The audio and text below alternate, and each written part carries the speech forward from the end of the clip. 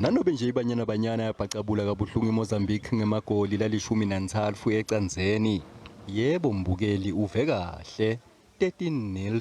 Kepha-ke umceceshi walelicembu bekangakajabuli ngendlela abadlali bakhe labadlala ngayo. Sekuphele inyanga letintsatfu kwendeka lokho. Banyana Desiree Ellis ufuna ukuthi badlali bakhe benyuse emasokisi njengoba bavakashela iZambia.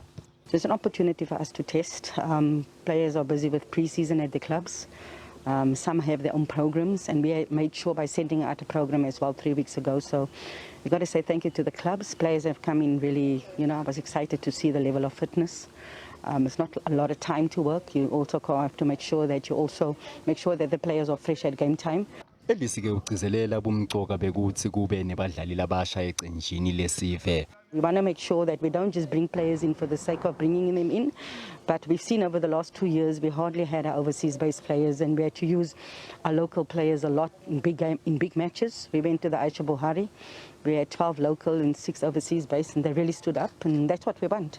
Ellis bekangajabulela ukuthi lelicembu lakhe lidlale nelive lelisenyakatfo yeAfrica, kepha-ke ngenxa yetinkinga tekuhamba babe sebakhetha kudlala neZambia. Lo mceceshi utsi ulinzele lukhulu kuZambia.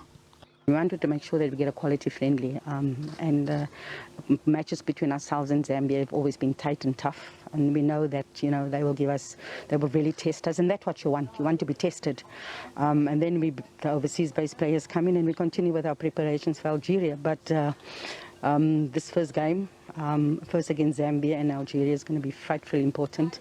Like I said, we kind of talk about the rest if we don't overcome this. Banyana itawulibhekisa eLusaka ngalesine, kanti lo mdlalo webungani neZambia utawube ungemgcibelo. Mina-ke ngingumduduzi Ndlovu, let Tindzaba SABC.